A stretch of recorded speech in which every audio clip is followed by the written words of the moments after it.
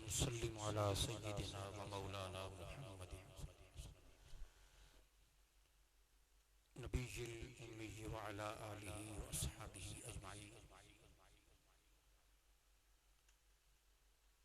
अम्मा बाद फ़ौज़ बिल्लाहि मिनश शैतानिर रजीम। बिस्मिल्लाहिर रहमानिर रहीम। तिलकल अय्यामु नुदाविलुहा बैनन नास। सदक़ल्लाहु मौलानल अज़ीम। इन्नल्लाह व मलाइकतहु युसल्लूना अलन नबी या अय्युहल्लज़ीना आमनू सल्लु अलैहि व सल्लिमू तस्लीमा। अल्लाहुम्मा सल्लि अला सय्यिदिना व मौलाना मुहम्मदिन व अला आलि सय्यिदिना व मौलाना मुहम्मदिन व बारिक व सल्लिम व सल्लि अलैहि। अस्सलातु वस्सलामु अलैका या सय्यदी या रसूलल्लाह व अला आलिका व सहाबिका या सय्यदी या हबीबल्लाह।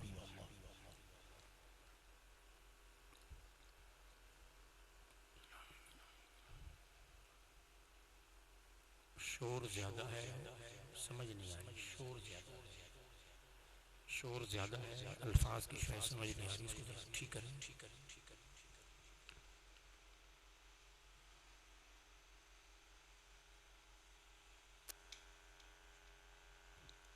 हज़रात गिरामी क़द्र,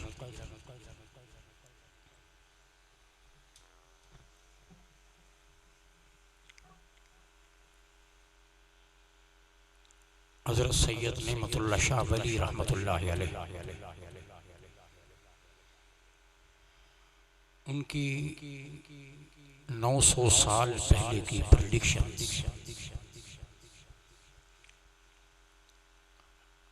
और पेशगोइयों के हवाले से हमारा सिलसिला कलाम जारी है।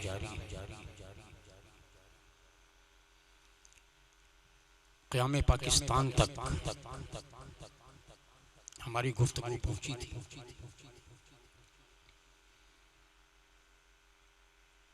जिसका जिक्र आपने इस शेर में फरमाया, दो हिस्स चूं हिंद गर्दद खून आदम शुद रवान।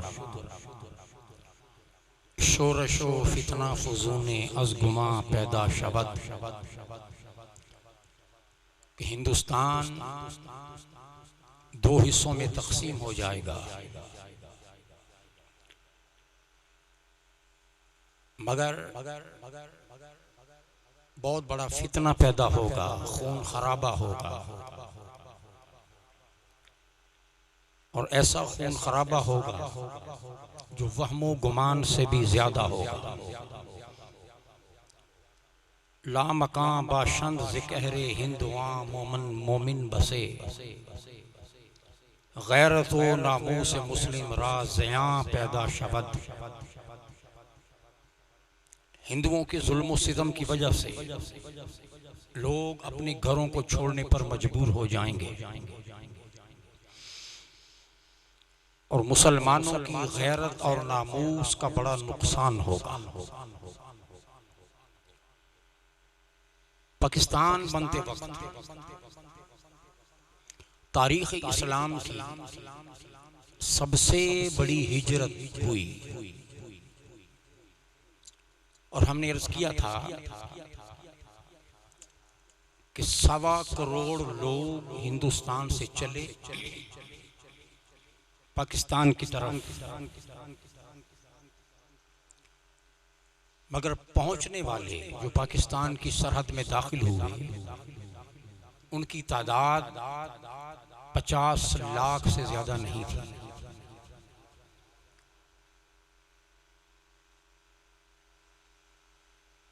और इसी हिजरत में, इन्हीं काफिलों में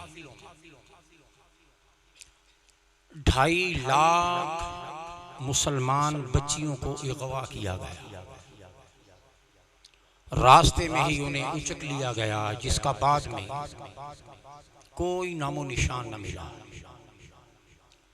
2.5 लाख बच्चियां इस सफर में रास्ते में ही अगवा हो गई और सिखों ने भी इस बहती गंगा में हाथ धोया और उनके सरदार तारा सिंह ने ऐलान कर दिया कि हमारे मशरकी पाकिस्तान से कोई मुसलमान जिंदा बचकर पाकिस्तान की हुदूद में दाखिल नहीं हो सकता।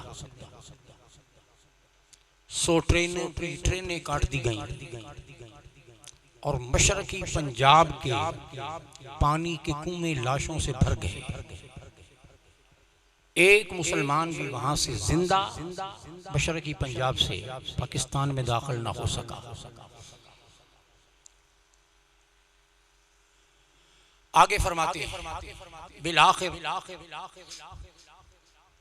हिजरत हुई, पहुंचने वाले पहुंचे और जो पहुंच गए उनके बारे में फरमाते हैं मोमिना पाबंद अमा दरखिताए असलाफ खेश बाद अज रंजो उकूबत बख्ते शां पैदा शवत। फरमा गए कि मुसलमान इस हिंदुस्तान से निकल कर अपने बुजुर्गों के इलाके में पनाह ले,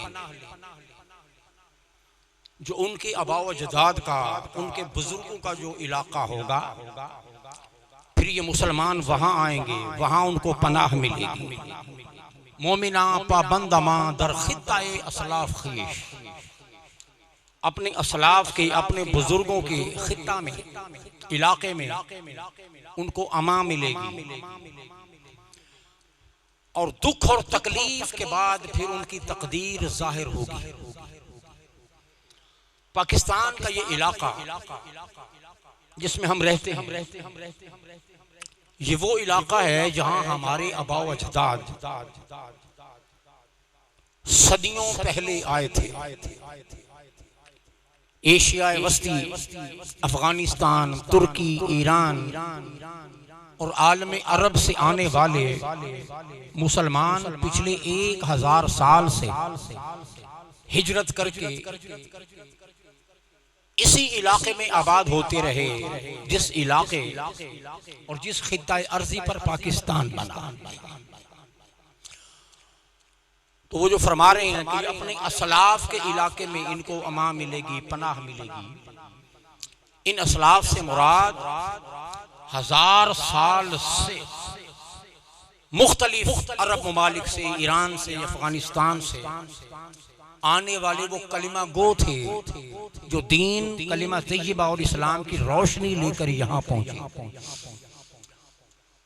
और जिसका हमने इस सिलसिला के पहले खुतबा जुमा में बताया था कि किस दौर के अंदर कितने सहाबा पाकिस्तान आए, कितने ताबीन आए, दौरे सिद्दीकी में कितने आए, दौरे फारूकी में कितने आए, दौरे उस्मानी में कितने आए, दौरे अलवी में कितने आए, उसके बाद ताबीन कितने आए, तबा ताबीन कितने आए। तो ये वो हस्तियां हैं जिनको सैयद नेमतुल्लाह शाह वली रहमा ने मुसलमानों के असलाफ करार दिया।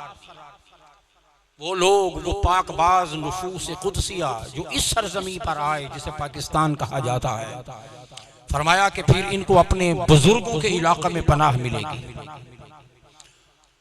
और अल्लाह की शान के खित्ता अर्जी के जिस हिस्से पर पाकिस्तान बनना था और जो इसकी बाउंड्रीज थी, यही वो इलाका था कि जहां मुसलमानों की अक्सरियत, ये मुस्लिम अक्सरियती इलाका।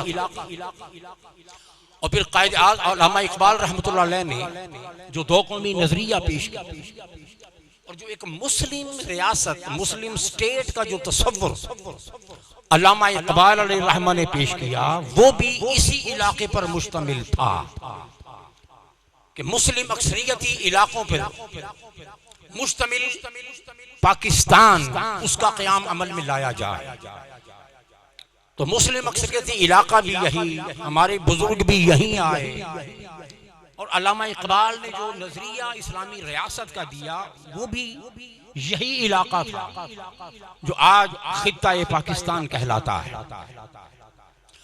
अब पाकिस्तान बनने से लेकर 1965 तक पाकिस्तान अपने आप को मुस्तहकम करने की कोशिश करता रहा और इस दौरान 47 से लेकर 1965 तक जिस तरह के हुक्मरान आते रहे और जितने फितने और मसाइल उठते रहे उनकी तफसील कुदरतुल्लाह शहाब ने बड़े खूबसूरत अंदाज से अपने शहाबनामा में लिखी। इस दौरान जिस तरह के, जिस ज़हनियत और जिस कैटेगरी के लोग इस पाकिस्तान पर मुसल्लत होते रहे, कायद आज़म के इंतकाल और लियाकत अली खान की शहादत के बाद से लेकर अयूब खान तक पाकिस्तान में इंतहाई खाइन, कमजोर और नालायक हुक्मरान यके बाद दीगर आते रहे, जिन्होंने ना तो पाकिस्तान की नजरियाती सरहदों की हिफाजत की और ना इसकी जोग्राफियाई सरहदों की हिफाजत के लिए कोई बड़ा कारनामा सरअंजाम दिया।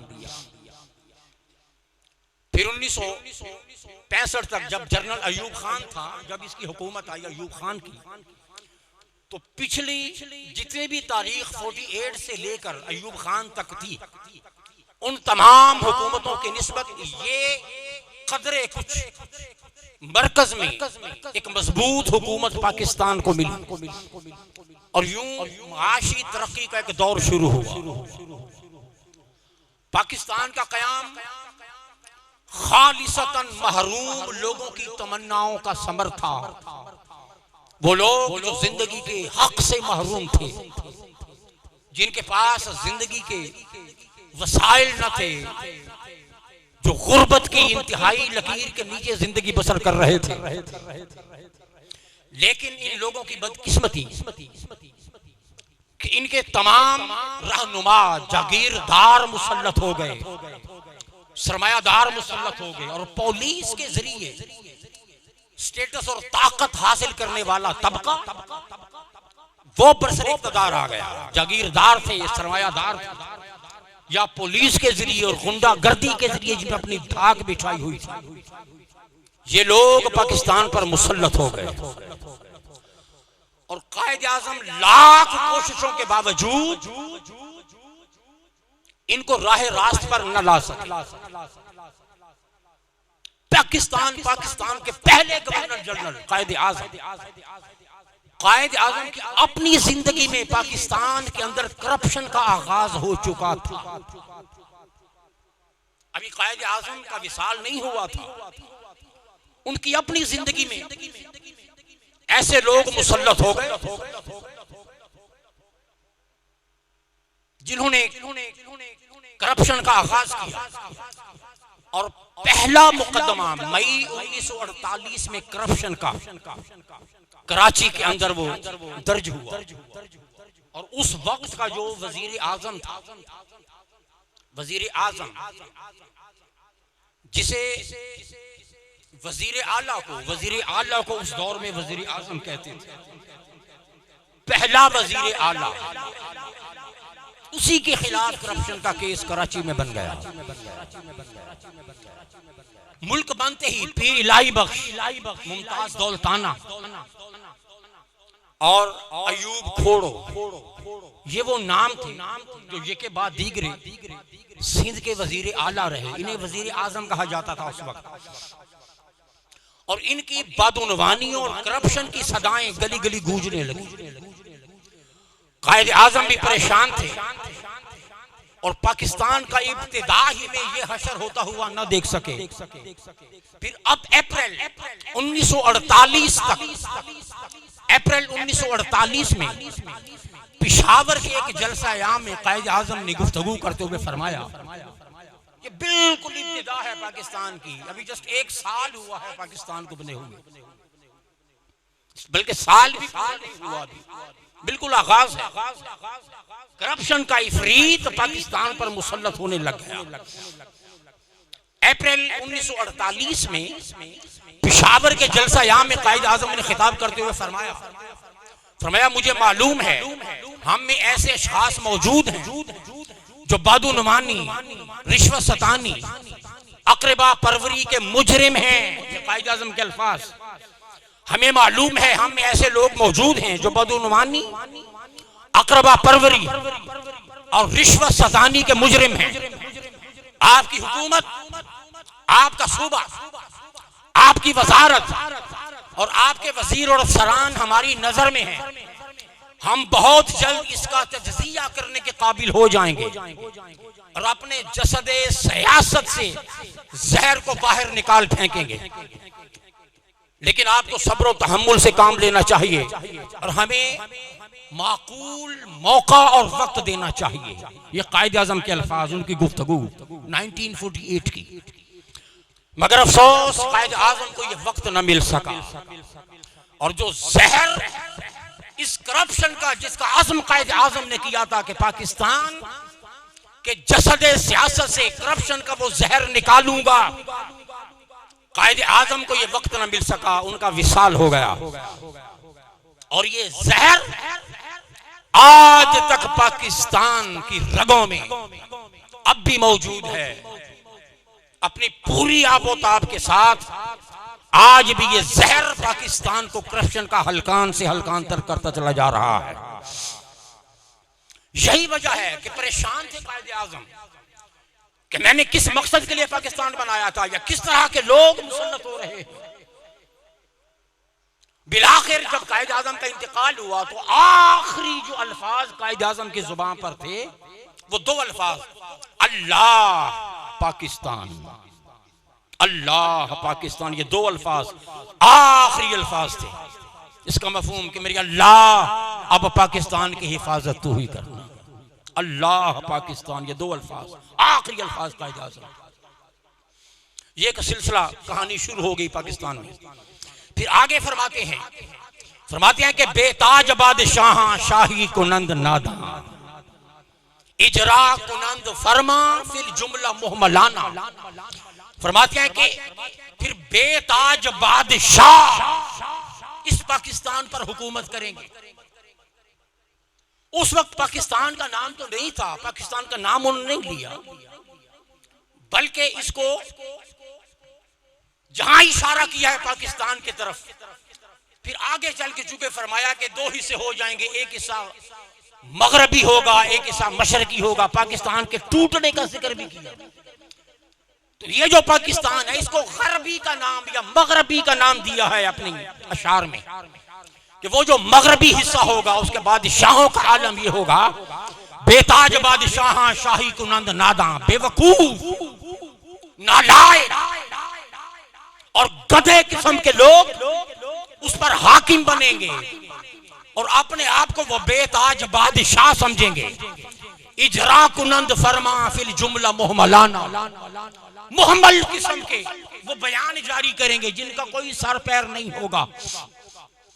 इस तरह के फरमान जारी करेंगे जो बिल्कुल फजूल होंगे, जो बिल्कुल मुहम्मल होंगे। ये हमारे लीडरों की कहानी बता रहे हैं। लियाकत अली खान की शहादत के बाद आने वाले जितने भी हुक्मरान रहे उनकी इससे बेहतर डेफिनेशन नहीं हो सकती कि वो अपने आप को बेताज बादशाह समझते रहे और फिर इस तरह के मुहम्मल किस्म के बयानात जारी करते रहे जिनकी कोई अहमियत ही न थी। पाकिस्तान का तीसरा गवर्नर जनरल गुलाम मोहम्मद, आप जरा इसकी कहानी सुनिए। इब्तिदा के अंदर ये तीसरा गवर्नर जनरल, कायदे आज़म, फिर ख्वाजा नाज़मुद्दीन, उसके बाद तीसरा गवर्नर जनरल ये मलिक गुलाम मोहम्मद बना और ये एक फालज ज़दा शख्स था। वो बात इजरा कुनंद फरमा फिल जुमला मुहमलाना, इस तरह के फरमान जारी करेंगे कि उनकी बातों की समझ नहीं आएगी, उनकी गुफ्तगू मुहम्मल होगी, अकल उसका इदराक नहीं कर सकेगी। और ये तीसरा गवर्नर जनरल गुलाम मोहम्मद जब पाकिस्तान पर मुसल्लत हुआ, ये बुनियादी तौर पर ब्यूरोक्रेट था और जब ये गवर्नर जनरल बना कुछ अरसे बाद इस पर फालिज का अटैक हुआ। एक अटैक हुआ, फिर दूसरा हुआ, फिर तीसरा हुआ, यहां तक इसकी जुबान बंद हो गई। पाकिस्तान का हाकिम बेजुबान हो गया। जर्मनी की एक खातून, एक लेडी, इसकी नौकरानी थी और इसके मुंह से, इस गवर्नर जनरल के मुंह से हर वक्त राल बहती रहती थी और जब बात करता था तो बात की समझ, कहना क्या, ऑर्डर क्या है, फैसला क्या है। वो जो भी बोलता, ऑल फोल जो भी बोलता, वो जर्मन खातून उसका ट्रांसलेट करती, उसका तर्जमा करती, और जो वो तर्जमा करती वही हुक्म जारी हो जाता। तो कुछ अरसा तक तो जर्मन की एक खातून अमली तौर पर वो पाकिस्तान की हाकिम रही है, क्योंकि वो ट्रांसलेट करती थी। अब गलत करती या दुरुस्त करती, फैसला वही माना जाता। गवर्नर साहब ने हुक्म दे दिया है, जो वो ट्रांसलेट करके बताती वही हुक्म जारी हो जाता। उसकी अपनी गुफ्तगू की समझ नहीं आती थी। और पहली बार गवर्नर जनरल का होता वजीर आजम से भी ताकतवर हो गया। और इसी के दौर में पहला मार्शल लॉ लगा। परोडा कानून के नाम से कानून बना था 1949 में, जो लियाकत अली खान ने बनाया था। और इसके मुताबिक कोई सियासतदान, पॉलिटिशियन या ब्यूरोक्रेट अगर करप्शन साबित हो जाती तो उसके लिए 10 साल की सजा। लियाकत अली खान ने यह कानून बनाया जिसे परोडा कानून कहा गया। 10 साल की सजा करप्शन पर मुकर्रर की गई। और यह गवर्नर जनरल गुलाम मोहम्मद, इसने वो परोडा का कानून मनसूख कर दिया, उसे कैंसिल कर दिया, उसे टर्मिनेट कर दिया, उसे खत्म कर दिया। और जब करप्शन पर सजा का कानून इसने खत्म किया तो करप्शन का एक दरवाजा खुल गया। अब जब हुक्मरानों को डर न रहा कि वो जो कानून था करप्शन पर सजा का, जब वो ही नहीं रहा, अब उनके लल्ले तल्ले खुलेआम शुरू हो गए, खुलेआम करप्शन जारी हो गई। परोडा कानून, करप्शन पर सजा का कानून खत्म करने वाला यही पाकिस्तान का तीसरा गवर्नर जनरल गुलाम मोहम्मद था। यूं करप्शन का दरवाजा खुल गया। इसने मरने से पहले वसीयत की थी, इबरतनाक बात, वसीयत की थी कि जब मैं मरूं तो कुछ अरसा के लिए तो मेरी लाश मजबूरन यहां दफन होगी, फिर उसके बाद प्रोसेस करके सऊदी अरब की हुकूमत से इजाजत लेकर मेरी लाश को मक्का में दफनाया जाए या मदीना में दफनाया जाए। सऊदी अरब में मेरी लाश उस मिट्टी के अंदर दफन की जाए। जब ये मरा, एक कमेटी बनाई गई जिसने पूरा एहतमाम किया। सऊदिया से इजाजत थी, उसमें एक डॉक्टर भी था, कुछ इसके रिश्तेदार थे, कुछ ऑफिसर थे। वो लोग जब इसकी कब्र कुशाई के लिए कब्रिस्तान पहुंचे और जब इसकी कब्र खोदी गई तो वो देखकर दहशत ज़दा हो गए कि इसकी लाश के साथ कब्र के अंदर एक सांप लिपटा हुआ था।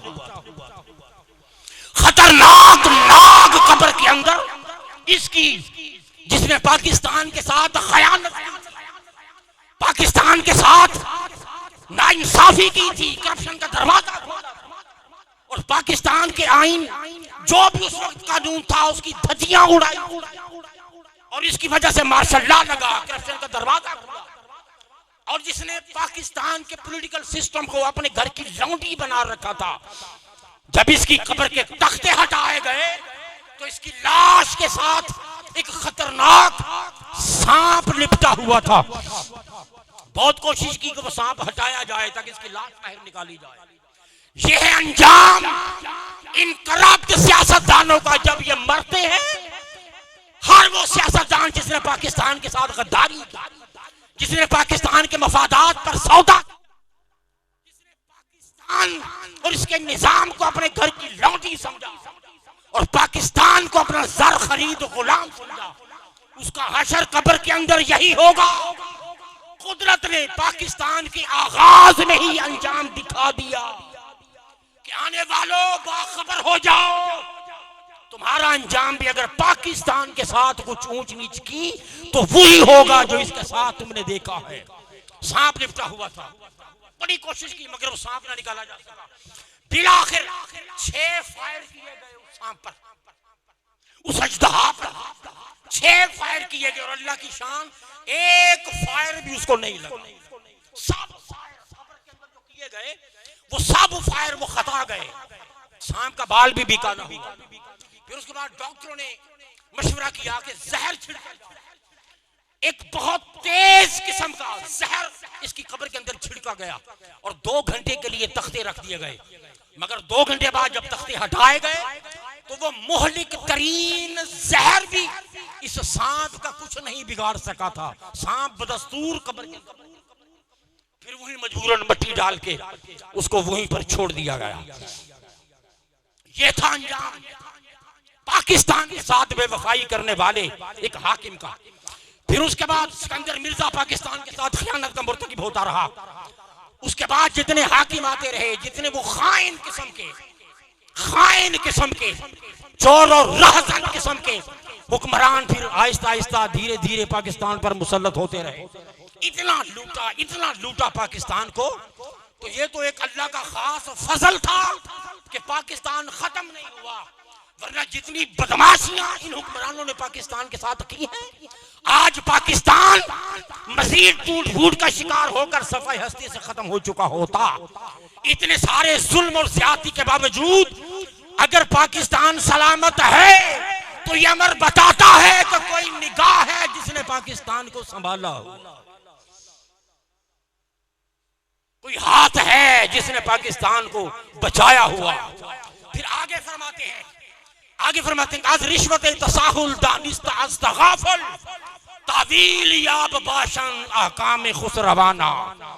फरमाते हैं कि हुकाम रिश्वत लेंगे, दफ्तरों के अंदर, सरकारी इदारों के अंदर रिश्वत का बाजार गर्म होगा।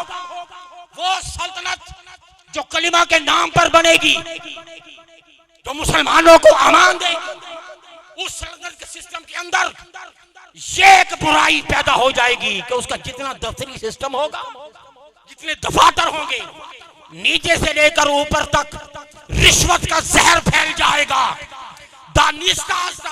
जानते बूझते हुए रिश्वत का माल खाया जाएगा। तवील याब बाशिंदा हकाम खुसरवाना, और सरकारी जो अहकाम होंगे, तावीलात के जरिए जो अफसर होंगे, उन अहकाम को अपने मफाद में करेंगे। हुक्म कोई और होगा, मगर देखेंगे कि इस हुक्म से हमें फायदा तो ठीक, अगर नहीं पहुंच रहा उसकी तावील करेंगे, अपने हक में मोड़ेंगे। फिर आगे फरमाते हैं फासक कुनद बुजुर्गी बर कौम असतुर्गी पस खानाश बुजुर्गी खाद शवद वीराना।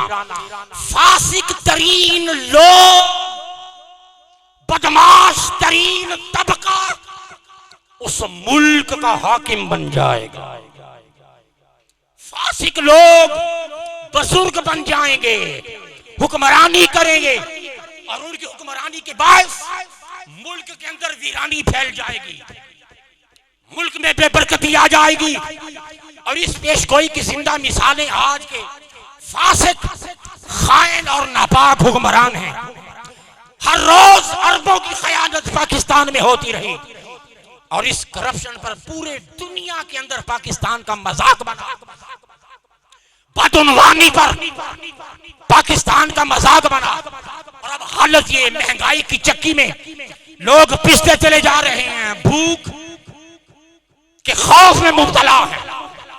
बिजली, पानी, गैस, पेट्रोल, इन उमूर के लिए कौम जलील हो चुकी है। न जान महफूज, न माल महफूज, न इज्जत महफूज। सांस लेना वबाल हो गया, जीना तो क्या मरना भी अजाब हो गया। ये मिलने इसलिए रेशम के ढेर बुनती हैं कि दुख्तरा ने वतन तार तार को तरसे।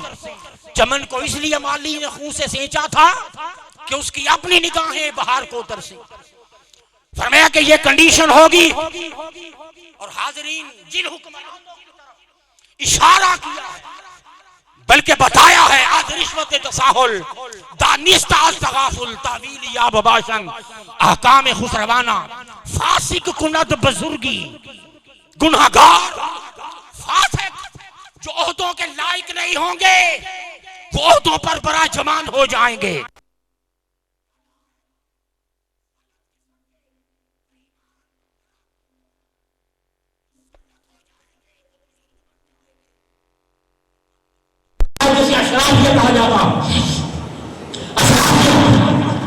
कहा जाता, नीचे असेंबली, फिर सेनेट, और जितना भी ये इलेक्शन कमीशन, और जितना भी ये सिस्टम, सूबाई असेंबलियां, वुज़ारा, जब ये हलफ उठाते हैं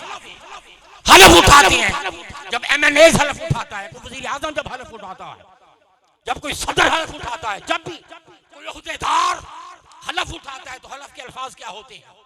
वो जो पढ़ के सुनाते हैं, एक सुना रहा होता है कि सदर जब हलफ ले रहा होता है तो अब आगे अल्फाज वो हलफ क्या होता है? हलफ ये होता है हर MNA, हर वजीर आजम तक जो अल्फाज बोलते हैं हलफ के, वो अल्फाज क्या हैं? मैं अपनी तमाम तर सलाहियतों और वफादारी के साथ इस्लामी जमहूरियत पाकिस्तान के आइन और कानून के मुताबिक अपने फराइज मनसबी सर अंजाम दूंगा। अपनी खुलूस नियत के साथ पाकिस्तान का हामी और वफादार रहूंगा और साथ ही मफादात को अपने सरकारी फैसलों पर असरअंदाज नहीं होने दूंगा। आईने पाकिस्तान की हिफाजत करूंगा। अपने फराइज हमेशा पाकिस्तान की खुद मुख्तारी, सालमियत, इस्तेकाम, बहबूदी और खुशहाली की खातिर सर अंजाम दूंगा। ये वो हल्फनामा जो वज़रा लेते हैं, जो MNAs लेते हैं, जो MPAs लेते हैं, जो वजीर आजम लेता है, और फिर इसी हल्फ को अपने किरदार की छुरी से ज़िबा कर देते हैं। वो जो अल्लाह को गवाह बनाकर इस पाकिस्तान की सालमियत, पाकिस्तान के मफादात के तहफ़्फ़ुज़ का जो हल्फ लिया जाता है, जो कसम ली जाती है, चंद दिन नहीं गुजरते अपने किरदार की छुरी से इस हल्फ को ज़िबा कर देते हैं। और इस हल्फ की असेंबली के दरवाजे पर इस मुकद्दस हल्फनामे की बेगौरो कफन लाश लटकती हुई नजर आती है। और इस हल्फ बर्दारी के बाद अगला मंजर क्या होता है? जब असेंबली में आकर बैठ जाते हैं तो वही करप्शन की गर्मी बाजार बाहर मुंतकिल होते हुए सरमाए के अंबार बेउसूली, बेअमली, बेतदबीरी, बेज़ाब्तगी, बदनीयती, बददयानती, बदअहदी, बदउनमानी, नाकिस मंसूबाबंदी, मुआशरती जबर, बंदर बांट, अब जरा पाकिस्तान का देखते जाएं ये नक्शा क्या है। उनका किरदार जो कौम देखती है लीडरों का, वो फिर क्या बनता है? बदउनमानी, बदअहदी, नाकिस मंसूबाबंदी, मुआशरती जबर, बंदर बांट, पलाट, परमट, अराजी, ओहदे, उम्रे, कब्जे, ठेके, इजाजतनामे, मकरो फरेब, हीले बहाने, झुक झुका, चुक चुका, मुक मुका, मुफाद परस्तियां, चीरा दस्तियां, बिलकती पस्तियां, बटती पस्तियां, रस्साकशी, अकरबा परवरी, दुश्मनाम तराजी, साजिशी गठजोड़, तासुब, तंग नजरी, फड्डे, सर फटोल, जुमलाबाजी, खेचातानी, छीना जब्ती, मारा मारी, इजारादारियां, दिलाजारियां, अजारियां, मक्कारियां, सवाबदीद, सौदेबाजी, खुर्द मुर्द, बैरून मुल्क इलाज, कर्जों की मुआफी, वसीओ रीज कमीन गाहें, वजीरों की फौज जफर मौत, सहाफती वफूद, सकाफती मुजरे, साजिशी हुजरे, मराआत, सियासी जुबूहाली, मुआशी इस्तेसाल, जमहूरी दिवालियापन, जाती मुनाफे, मुल्की खसारे, गैर मुल्की कर्जे, बाजमात दौरे, डेली अलाउंस, पेशा वाराना नाहिलियतें, मनमानी तवीले, नकारा कयाफे, जाली महारतें, मफादात के आगे सजदा रेज दानश्वरियां, प्रोटोकॉल, हक्के इस्तिसरा, शरियानों में हिर्सो हवस का बहता हुआ काला सयाल मादा, इस्तेकाक, अवाम को मजीद और बेवकूफ बनाने पर सर्फ होते हुए तालीम के सारे हुनर चैनल दुहाइयां देते और लुटेरे रहबरों की सफाइयां देते, गले फाड़ते, कूकते धाड़ते, चीखते चंगारते ये बच्चे जमहूरे और कच्चे जमहूरे। इस्लाम जिंदाबाद की आड़ में, इस्लामाबाद के इश्क में मुब्तला, रोम रोम दुनिया में डूबे हुए मौलवियों का तड़का लगी इस्लामी मुल्क की ये बेफैज असेंबलियां। ये हालत, ये नक्शा होता है पाकिस्तान का। तो बच्चा बच्चा जिसका एहसास मजरू होता है, महरूम ज़दा तबका जो सुबह भी जिसका एहसास जख्मी होता है, जिस उसका हक नहीं पहुंचता, जिसने नस्लों का ख्वाब देखा होता है, जब इन ख्वाबों को, अपने ख्वाबों को चिकना चूर होता और एक मुट्ठी भर तबके को फलता फूलता देखता है, तो उसके जज्बात क्या होते हैं। वो क्या कहता है कि तजलील सहेंगे हम कब तक, क्यों जीना यहाँ आसान नहीं, जो ख्वाब था लाखों आंखों का ये वो तो। गरीब की चीख क्या होती है, तजलील सहेंगे हम कब तक, क्यों जीना यहाँ आसान नहीं, जो ख्वाब था लाखों आंखों का ये वो तो पाकिस्तान नहीं। यहाँ कौम को बेचने वाले भी सोने में तोले जाते हैं, दरवाजे उनकी पलकों की जुम्बश पर खोले जाते हैं। हम पूछते हैं ज़र वालों से, क्या हम मुफलिस इंसान, जो ख्वाब था लाखों आंखों का ये वो तो पाकिस्तान नहीं।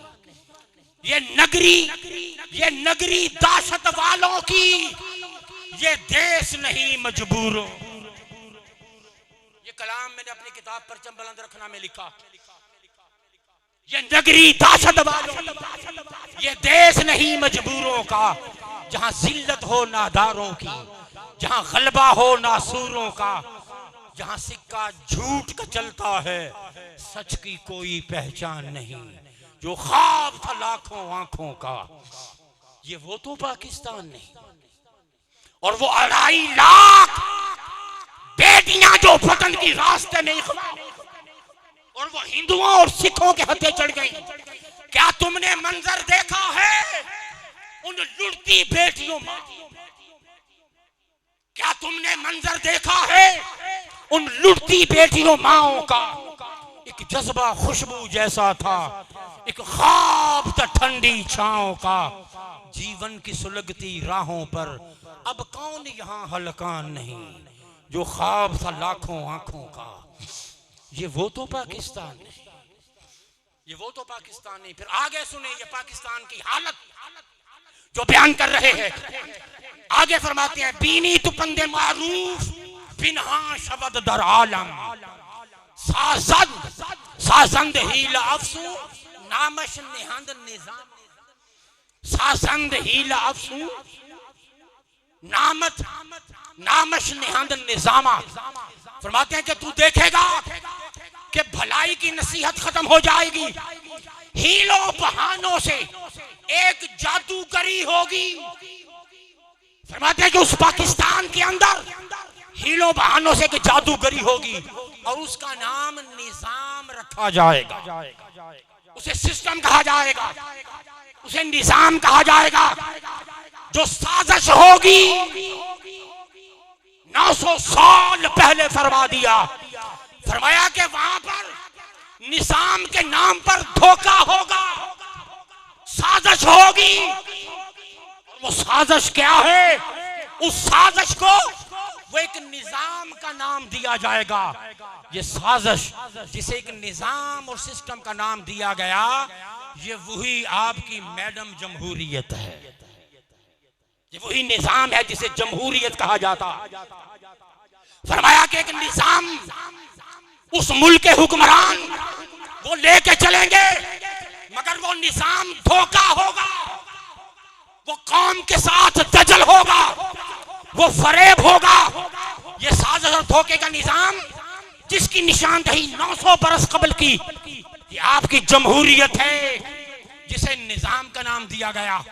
जमहूरियत के नाम पर लूटमार का निजाम, ये सफाक चंगेजियत, ये जमहूरियत जो गासिबों और लुटेरों का रास्ता नहीं रोक सकती, ये जमहूरियत जो अपने ही कवानीन की धज्जियां उड़ती देखती है मगर कुछ करती नहीं, ये जमहूरियत जिसके होते हुए बड़े से बड़ा गुंडा बदमाश भी बेधड़क सियासत में दाखिल हो सकता है और ताकत के बल पर असेंबली के मुंह पर मजीद कालक मलने के लिए निकल आता है। ये जमहूरियत है जो कौम को सिर्फ एक दिन के लिए हक़-ए राय दही का छनकना थमाती है। 5 साल के अंदर सिर्फ एक दिन निजाम 900 साल पहले उस दरवेश ने निशानदही की। ये वो निजाम जो 5 साल में एक बार इस कौम को हक़-ए राय दही का छनकना थमाती है। और जब उस दिन का सूरज डूबता है, जब वो इक़्तिदार में जाते हैं, कामयाब हो जाते हैं, तो फिर कौम का काम खत्म हो जाता है। एक दिन का काम होता है, ये खत्म हो जाता है। अगले 5 साल की तबाही बर्बादी का अमल उनके हाथों से शुरू हो जाता है, फिर उनका काम शुरू हो जाता है। ये वो जमहूरियत है कि गरीब तड़पता रहता है 5 साल तक कि वोट दिया था, उसका समर मुझ तक पहुंचे, उसकी नस्लें तबाह हो जाती। वो ये ख्वाब देखता देखता कब्र तक पहुंच जाता है, मगर जमहूरियत का समर उसके घर की दहलीज तक नहीं पहुंचा। हर घटा चंद लोगों पे बरसे जहां, अपने हक को हर एक शख्स तरसे जहां, जिसमें हाकिम हथेली पे इफलास की, आंसुओं का ये मातम नहीं जानते, ऐसी जमहूरियत हम नहीं। ये वो जमहूरियत है जिसका तमाशा लगाया गया। वक्त वोट का एक दिन ये तेरे साथ है, ये भी परचम बुलंद रखने का कलाम है। वोट का एक दिन ये तेरे साथ है जमहूरियत, वोट का एक दिन ये तेरे साथ है, फिर ये ऊंचे महलों की सौगात, फिर ये ऊंचे महलों की सौगात है। रोते रोते फिर अगले इलेक्शन तलक कब निकल जाएगा दम नहीं जानते, ऐसी जमहूरियत हम बोले, ऐसी जमहूरियत हम थोड़ा ऊंचा बोल दें, ऐसी जमहूरियत हम नहीं मानते। यह है वो ढकोसला जिससे उनको लूटने का बदमाश असेंबलियों में पहुंच जाते हैं। इसलिए कायदे तहरीक ने कहा था, हुजूर शेखुल इस्लाम ने, कि इस निजाम के अंदर रहकर अगर कितने 100 इलेक्शन भी करवा दो तो मुल्क में तब्दीली नहीं आ सकती, नहीं आ सकती। आगे फरमाते हैं, शाह वली फरमाते हैं, सुनिए, आगे फरमाते हैं, अज़ अहले हक नबीनी दरआ ज़मा कसेरा, फरमाते हैं कि अहले हक मफकूद हो जाएंगे, दुज़दान और रहज़नेरा बरसर निहंद अमामा, फरमाते हैं कि चोरों के डाकुओं, चोरों डाकुओं के सरों पर पगड़ी रखी जाएगी। होंगे डाकू, होंगे लुटेरे, और ये कौम चोरों के सर पर पगड़ी रखेगी, रहज़नों के सर पर बरसर निहंद अमामा, उन्हें इज्जत देकर तख्त पर बिठाएगी, और इन जाली रहबरों, बहरूपे लीडरों और अपने नाम नेहाद हमदर्दों के साथ मुल्क की जड़ों को खोखला करने वाली उस कौम की एक अंधी वाबस्तगी पैदा हो जाएगी। क्यों? मैं इस जमात को वोट दूंगा, क्यों? मेरे बाप इस जमात में था, मेरा दादा इस जमात में था। ये तमाशा लगेगा, अंधी वाबस्तगियां पैदा होगी, और ये कौम चोरों डाकुओं के सर पर दस्तार रखेगी, अपने हाथों से चोरों को अपना लीडर बनाएगी, अपने हाथों से उन लुटेरों को अपना रहनुमा बनाएगी। आज ये कौम क्या है? ये नालियों पे बिकने वाली कौम, ये सड़कों पे समझौते करने वाली, ये बिरयानियों और 1-2 वक्त के खाबों पर अपने वोट का सौदा करके उन डाकुओं को बरसेकदार लाने वालों, इस अमल की निशानदही 900 साल पहले हो चुकी है। तो उनकी ज़हनी गिरावट का आलम ये होगा कि बदमाशों, गुंडों, लफंगों, चोरों, लुटेरों के सर पर वो ताज सजाएंगे, उन्हें अपना हाकिम बनाएंगे। फिर आगे अब मैं इख्तिसार कर रहा हूं, बहुत सारी चीजें छोड़ रहा हूं। ये जमहूरियत आपको पड़ती कितने में है? हैरत अंगेज बात, ये जमहूरियत आपको पड़ती कितने में है? ये शऊर आपको यहां से अगर मिंबरे रसूल से नहीं मिलेगा तो कहां से? आका दो जहां सल्लम ने जो शऊर दिया बदी के खिलाफ, वो कहां से दिया है? अपने मिंबर से अदा किया है, अपनी मस्जिद से पैगाम दिया। अब तवज्जो से सुनिए, ये जमहूरियत आपको कितने में पड़ती है? एक एमएनए एक साल में 3 करोड़ 20 लाख का पड़ता है। एक साल के अंदर एक एमएनए पर खर्चा कितना? 3 करोड़, बोले कितना? 3 करोड़ 20 लाख रुपया। टोटल एमएनए हैं 342। 342। तो 342 को अगर 3 करोड़ 20 लाख से ज़रब दी जाए तो एक साल में ये असेंबली आपको 10 अरब 94 करोड़ 40 लाख में पड़ती है। एक साल का खर्चा। और हर सेशन जो होता है जिसमें आप ऊट पटांग हरकतें देखते हैं, लड़ाइयां देखते हैं, धक्कम-पेल देखते हैं, एक दूसरे को जूते मारते, किताबें मारते और पेपर फाड़ते और गालियां देते नजर आते हैं। एक इजलास कौमी असेंबली का 4.5 करोड़ में पड़ता है। ये पैसा कौम की रगों का, ये खून निचोड़ा होता है। एक इजलास 4.5 करोड़ में पड़ता है और एक साल की असेंबली 342 मेंबरान, ये आपको 10 अरब 94 करोड़ 40 लाख। और अगर असेंबली 3 साल चले तो 32 अरब 83 करोड़ 20 लाख में पड़ती है। और अगर 5 साल चले तो 54 अरब 72 करोड़ में आपको असेंबली पड़ती है। 54 अरब। मगर वो देते क्या है? कौम का फायदा क्या होता है? इसके अलावा साल के अंदर 40 air ticket international free, business class की टिकटें फ्री, ट्रेन फर्स्ट क्लास सफर फ्री, जितना अमला साथ होगा सारा फ्री। उसके बाद आप बिल तो आपको नींद नहीं आती, तड़पते हो, करंट लगती है जब आपका बिल आता है देखकर। और इनको एक साल का, एक एमएनए को एक साल का 50,000 यूनिट फ्री, 50,000 यूनिट फ्री।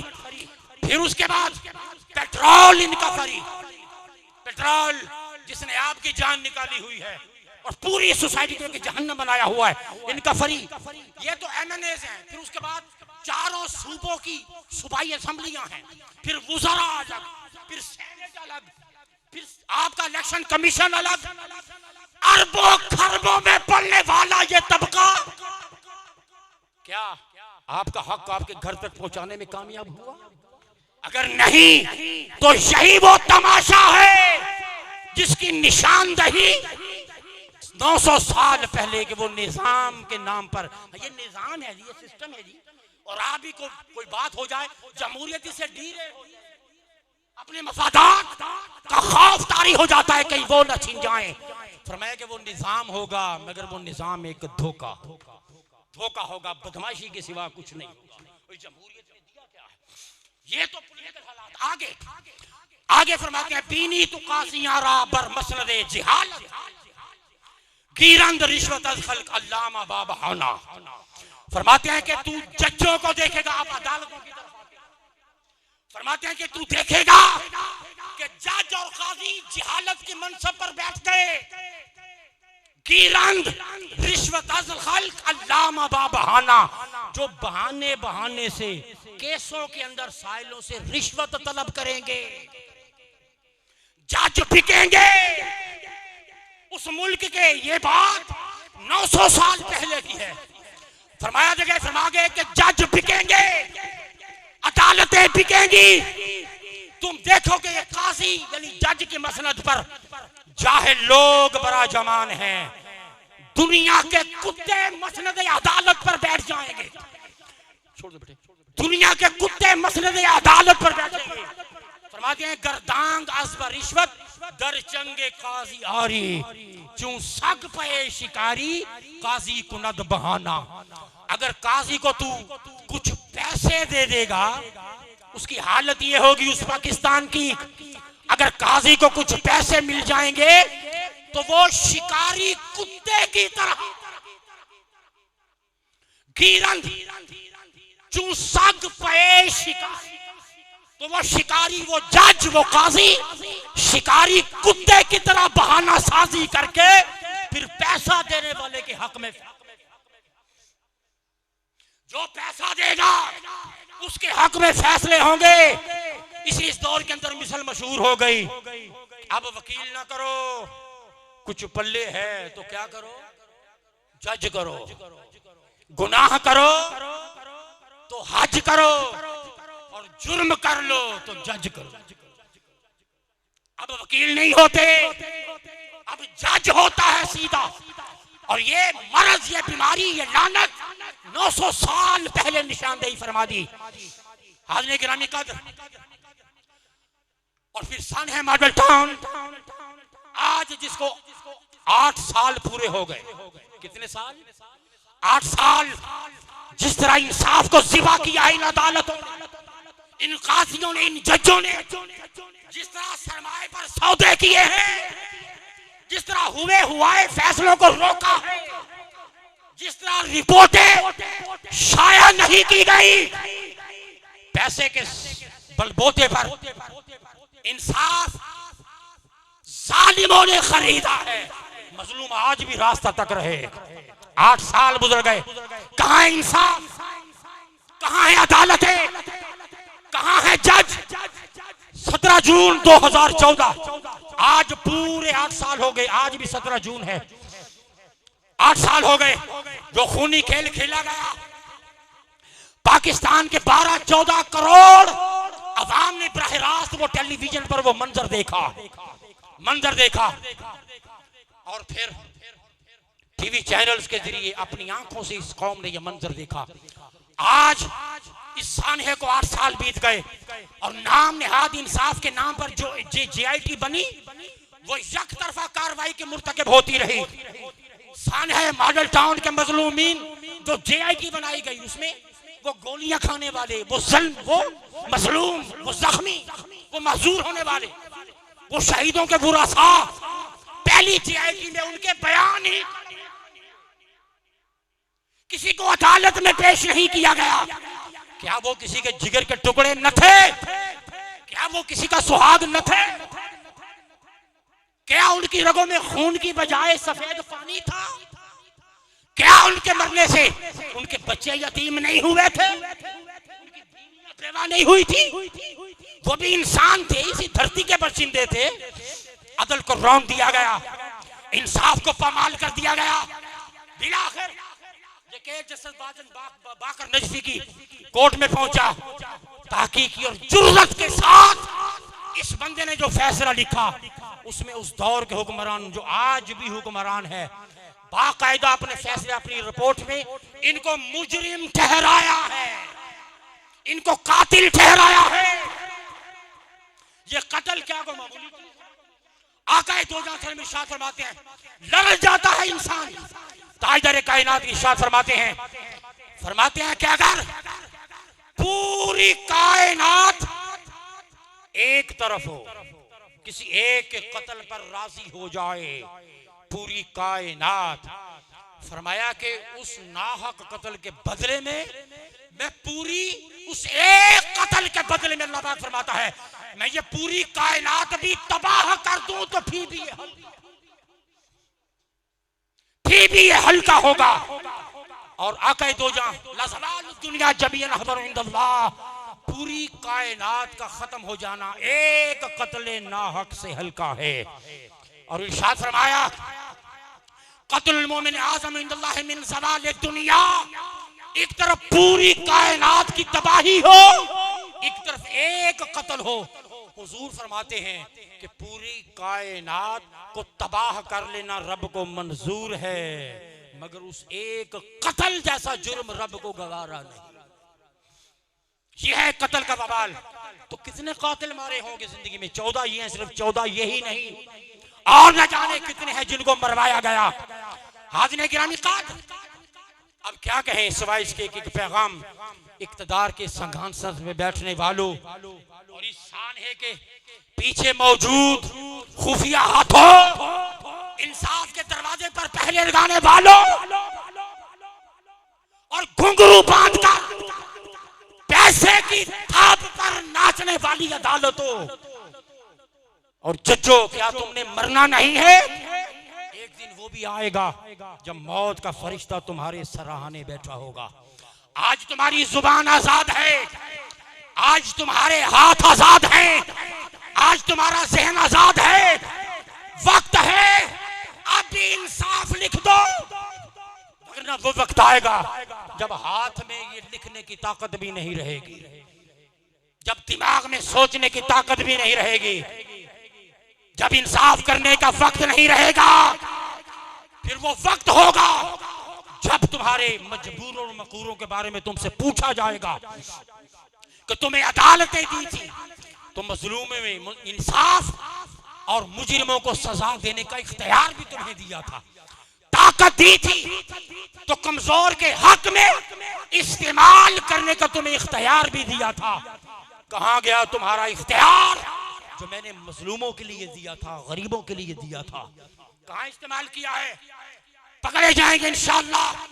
फिर गैर जानिबदार जीआईटी का मुतालबा लेकर कायदे तहरीक हुजूर शेखुल इस्लाम सुप्रीम कोर्ट में पहुंचे और 5.5 साल के बाद, ये सारे कुछ खार होने के बाद, कानून और अदालत के हाथों से 5.5 साल के बाद सुप्रीम कोर्ट फिर वहां दलाइल दिए, नई बनाने का मुतालबा हुआ।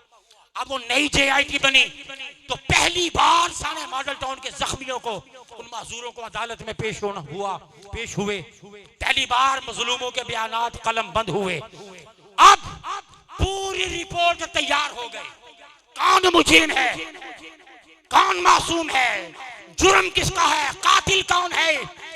नई जेआईटी ने अपनी तफ्तीश मुकम्मल कर ली और पेश करने के लिए सिर्फ क्लैरिकल काम हो रहा था कि एक मुल्ज़म, एक मुजरिम कांस्टेबल, उसकी दरखास्त पर नई जेआईटी उसकी रिपोर्ट को रोक दिया गया। ये एक ऐसा मच्छर इस निजाम के अंदर कि एक मुजरिम कांस्टेबल जैसा मच्छर पूरे निजाम अदालत को मफलूज करके रख दे। एक मुजरिम की दरखास्त पर उसे रोक दिया गया और आज तक कार्रवाई आगे नहीं बढ़ी। फौज के सरबराह ने कहा इंसाफ देंगे, इंसाफ नहीं मिला। ऐवान के सरबराह ने कहा इंसाफ देंगे, नहीं मिला। अदलिया के सरबराह ने कहा इंसाफ देंगे, नहीं मिला। क्यों नहीं मिला? इससे बढ़कर कोई इदारा है? फौज से बड़ा इदारा कौन सा है? ऐवान से बड़ा इदारा कौन सा है? अदलिया से बड़ा इदारा कौन सा है? तीनों के सरबराहों ने वादा किया इंसाफ मिलेगा, मगर आज तक धोखा हुआ, झूठ बोला गया और इंसाफ नहीं दिया गया। क्या तुमसे बड़ी अदालत कोई नहीं है? क्या तुमसे बड़ा फैसला करने वाला कोई नहीं है? वो अदालत है जिसने तुमसे बड़े बड़े फिरौनों को भी मलिया मीट कर दिया। अगर यहां से नहीं तो इंशाअल्लाह वहां से अल्लाह की अदालत से फैसला आए और इंशाअल्लाह मजलूमों को उनका हक मिलेगा। अब ये तो अदालत का सिस्टम, अदालत का निजाम है। पिछले हफ्ते तक 500 पेशियां पूरी हो गई इस केस के अंदर। कितनी पेशियां? 500 मगर इंसाफ नहीं मिला। हर तरह का सबूत देने के बावजूद मजलूम आज भी मजलूम। एक तो गोली लगी और दूसरा बेइंसाफी हुई, इंसाफ नहीं मिला। अब मराआत इनको चाहिए, सहूलतें इनको चाहिए। इन जजों को दीनी तुकाजियां रहा बर मसनद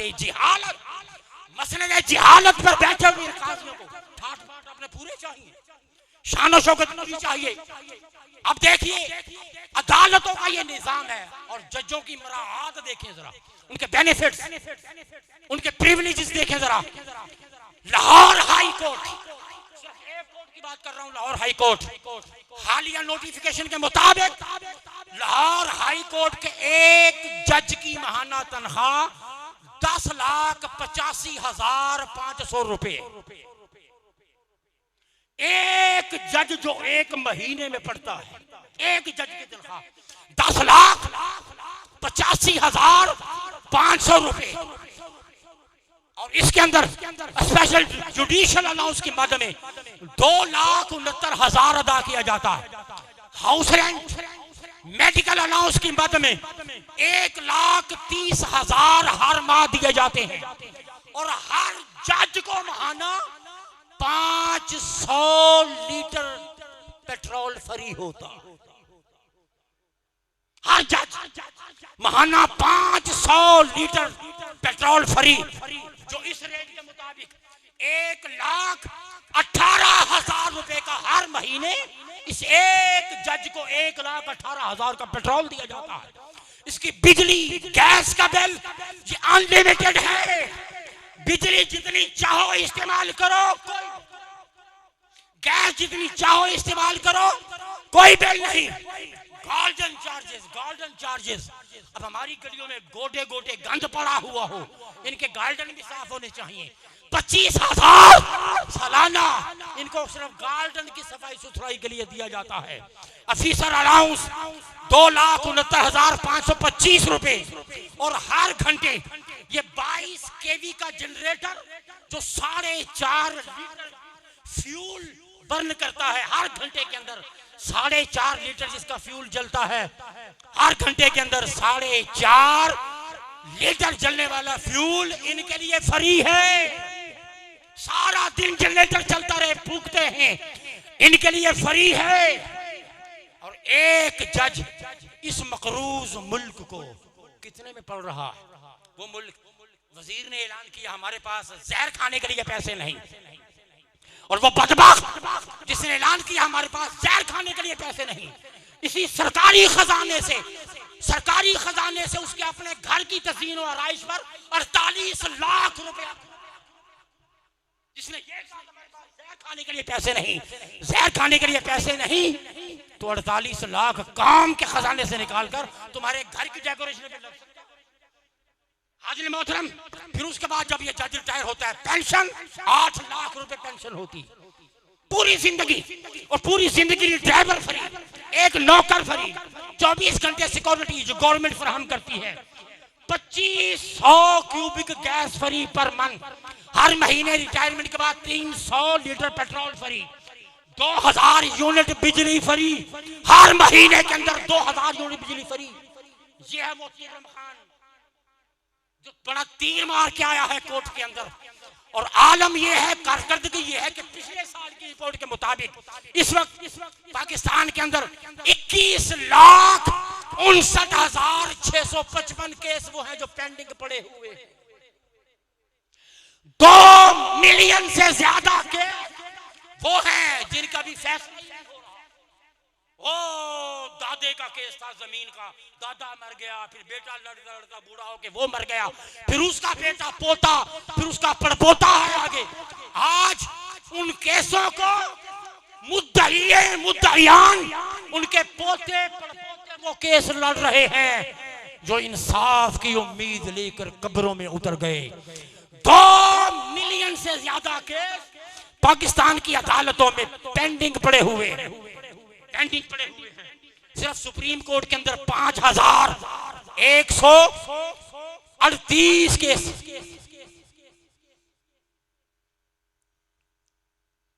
51,000 सुप्रीम कोर्ट के अंदर। पिछले साल की रिपोर्ट, सुप्रीम कोर्ट के अंदर सिर्फ एक सुप्रीम कोर्ट 51,138 केस। उसके अब तो खैर ज्यादा हो गए होंगे, बहुत ज्यादा हो गए, 50-51,000 उसके पड़े हुए। कई साल तक ये केसेस लटकते रहते हैं। इतनी मराहत, इतनी सहूलतें तो हैं, अयाशियां भी हैं, मराहत भी है, इंसाफ कहां है? गरीब आज भी क्यों खिसक रहा है इंसाफ के लिए? और पूरे वर्ल्ड के अंदर जो पाकिस्तान का शर्म की बात है जज्जो, पाकिस्तान के अदलिया तुम्हारे लिए डूब मरने का मकाम है। पूरे वर्ल्ड के अंदर एक तरफ बेनिफिट्स देखे, सहूलतें देखे, एक तरफ ये है, और दूसरी तरफ 139 मुल्कों में, कितने मुल्कों में? 139 कंट्रीज के अंदर जो इंसाफ का नंबर आता है पाकिस्तान की अदालतों का, वो 130वां नंबर है। पूरे वर्ल्ड के अंदर जो इंसाफ का जो दर्जा, जो रैंक है, 139 मुल्कों के अंदर 130, 130 आउट ऑफ 139, 139 मुल्कों में 130वें नंबर। 130वें नंबर का मतलब क्या है? सबसे ऊपर इंसाफ में डेनमार्क है, फिर नॉर्वे है, बेल्जियम है, इस तरह। फिर तीसरे नंबर पर जहां उससे बहुत बेहतर है मगर उससे कम है, फिर चौथे नंबर पर जहां बहुत बेहतर है मगर 3 से कम है, फिर फिर 5वें नंबर पर, फिर 6वें नंबर पर, फिर 7वें नंबर पर, फिर उससे कम इंसाफ 8वें नंबर पर, उससे कम इंसाफ 9वें नंबर पर, उससे कम इंसाफ 10वें नंबर पर, और पाकिस्तान का नंबर 130वां है। 130 नंबर नीचे। सहूलतें देखो, ये फिरौनों की, उधर असेंबली की कार्रवाइयां, उनकी सहूलतें मराहत, इधर इनकी मराहत। मगर हक कहां है गरीब का? इंसाफ कहां है गरीब के लिए? इंसाफ कहां है? हाज़िरीन गिरामी क़द्र, आखिरी बात, फिर एक नाज़िम मैंने अभी आजाद होना में लिखी, इन्हीं जज्जों की नजर की थी, जब उन्होंने कहा था, जब धरने पे वो गरीब लोग अपना हक मांगने के लिए जब आए हुए थे, हमें याद है, इन्हें कहा कि जब हम आते हैं इनसे रास्ते क्लियर करवाओ, ये हमारे रास्ते में क्यों बैठे हैं? जब हम आते हैं हमें इनसे बदबू आती है। सुप्रीम कोर्ट के जजेस का बयान कि हमें इनसे बदबू आती है, इनके टैक्सों पर पलो, तुम्हारी नस्लें हराम खा खा कर पले, तो ये ठीक है। और जब हक देने की बात आए तो इन गरीबों से तुम्हें बदबू आती, घमंड का आलम ये। और फिर मैंने लिखा था, हो मुंसिफ तो इंसाफ करो, तुम अपनी नीयत साफ करो। वो वक्त कठिन तो होता है जब अदल कहीं पे रोता है, जब मुंसिफ अपने हाथों से इंसाफ का कत्ले आम करे, कानून की इज्जत गैरत को जो लम्हों में नीलाम करे, जो बात सुने ना साइल की, जो अपनी हाँकता जाता है, आईन की उजली वर्दी पर जो जिल्लत टांकता जाता है, जब औरों की तजलील करे तस्कीन अदालत होती है, जब औरों की तजलील करे तस्कीन अदालत होती है, जब अपनी अना को ठेस लगे तो ही, जब अपनी अना को ठेस लगे तो ही अदालत होती है। जो बेइंसाफी में गुजरे हर लम्हा एक शरारा है, जो बंदे को फिरौन करे वो कुर्सी भी अंगारा है। जब ओहदे मनसब मसलद की तकदीस बुलाई जाती है, मेयार जुदा हो जाते हैं, फिर धूल उड़ाई जाती है, अब भी इंसाफ के सीने पर साजिश की गोली लगती है, अब भी इंसाफ के सीने पर साजिश की गोली लगती है। कानून यहां भी बिकता है, काजी की बोली लगती है। कानून यहां भी बिकता है, अब यहां तो बिक जाएगा, बोलियां भी लग जाएंगी, मगर मर के जाना वहां है। ताजदार कायनात फरमाते हैं कि जब गैर आदिल इंसाफ न करने वाला अल्लाह के हुजूर पेश होगा, तो जिस गजब से अल्लाह उसे सलूक फरमाएगा वह मंजर बड़ा भयानक होगा। फरमाया कि उसके लिए जन्नत हराम है, ना इंसाफी इंसाफ फराहम न करने वाले के लिए जन्नत हराम है, हराम है, हराम। और फरमाया कि इसके मुकाबले में जो इंसाफ फराहम करता है, फरमाया कि वो दिन जिस दिन कोई साया नहीं होगा, इंसाफ देने वाला अल्लाह के अर्श के साए में होगा, अल्लाह के अर्श के साए में होगा। तो खुदा करे इनको हिदायत नसीब हो और पाकिस्तान सही मानों में अपनी मंजिल और अपने मकसूद की तरफ सफ़र कर सके, कुछ शऊर इस कौम के अंदर भी पैदा हो। अब आइंदा की गुफ्तगू आखिरी, इस सीरियल की आखिरी गुफ्तगू होगी, उसमें अवाम का हाल क्या है, अवाम का हाल, फिर आज से आगे आने वाला फ्यूचर क्या होगा, कैसा होगा, इस पर इंशाअल्लाह गुफ्तगू करेंगे। अल्लाह रब्बुल इज़्ज़त हमें हक़ कहने और हक़ सुनने की तौफीक अता फरमाए, आमीन।